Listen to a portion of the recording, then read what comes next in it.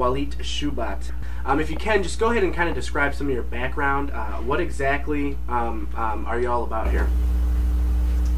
Well, I'm a Palestinian born by American mother who wasn't permitted to go back to her country. She was held against her will for 35 years. So I grew up in a Muslim society. My father was Muslim, taught Islamic studies, and living in the Palestinian areas, which is probably one of the main hubs of terrorism in the world, inculcated with Islamic fundamentalism and the political education system was given by the Jordanian government, which was very anti-Israel, very anti-West, and in itself created a lot of hatred and animosity towards the West, specifically for creating helping the creation of the state of Israel. So politically and ideologically, I was anti-West, and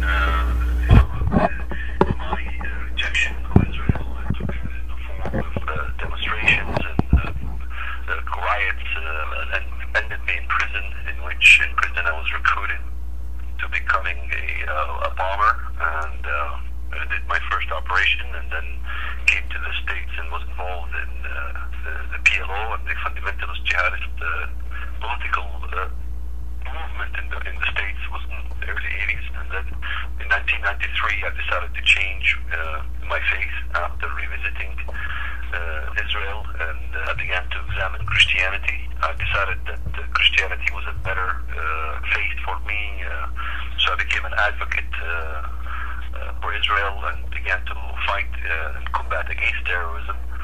And so, in a nutshell, that's my story. Oh, absolutely. That's an amazing story. And I looking at what happened in the news just recently here on Christmas Day, and I kind of wanted to bring you on board here to kind of share your thoughts about that. And how do you feel about the way the president right now is actually handling this situation with the way he's I guess holding national security? Well, the way I see the current government doing things, especially with Barack Obama, is trying to buy time to sweep the events under the rug. You've seen the Fort Hood match. Say, let's not jump into judgment, let's not jump into conclusion, let's do investigation, so on and so forth. When it was very obvious that Nidal Malik Hassan was an Al-Qaeda affiliate, he was sympathizing with Al-Qaeda, he was an ingrown terrorist in which he developed sentiments against the West. The denial mechanism of the president regarding terrorism is pretty sad and shows us as pretty weak. Also, then to attempt to treat terrorism, which is an act of war, as a civil issue, a civil crime, is another problem that the president is doing.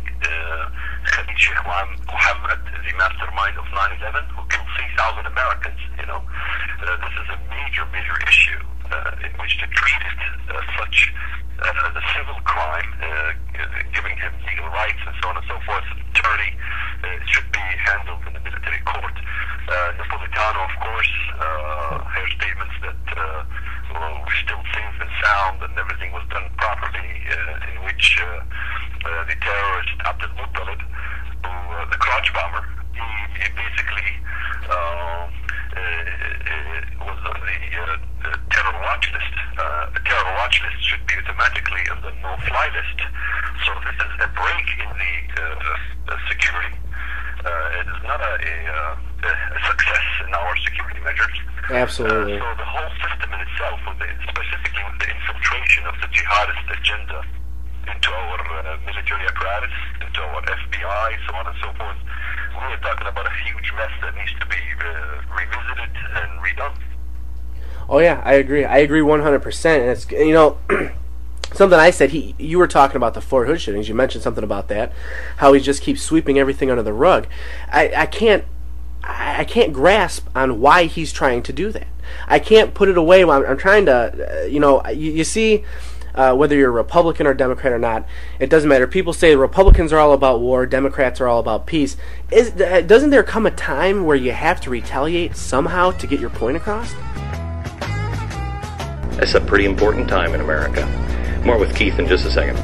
Trucking, got my chips cashed in, keep trucking, like the Doodah Man, together, more or less in line. just keep trucking on.